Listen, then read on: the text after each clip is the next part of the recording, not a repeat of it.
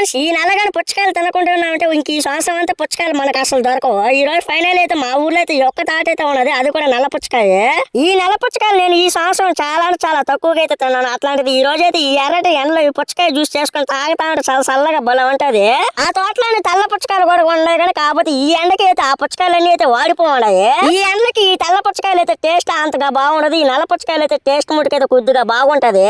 ఈ పుచ్చకాయ జ్యూస్ చేసుకునే దానికి అయితే అన్ని సామాన్లు అయితే తెచ్చేసుకున్నాము. ఇంకా పుచ్చకాయలు తీసుకుని వెళ్ళి చల్లట నీళ్ళలో అయితే నీళ్ళైతే పోతా ఉన్నాయి, వాటి కింద అయితే పెట్టేసాము. ఇంకా చల్లగా తడిసిన ఆ పుచ్చకాయలు తీసుకుని వచ్చి మధ్యలో భాగం అయితే కోసి ఇంకా దాంట్లో ఉన్న గుజ్జుని అయితే తీసేసాను. ఇంకా తీసిన గుజ్జునంతా ఒక దబర్లు అయితే వేసుకున్నాము.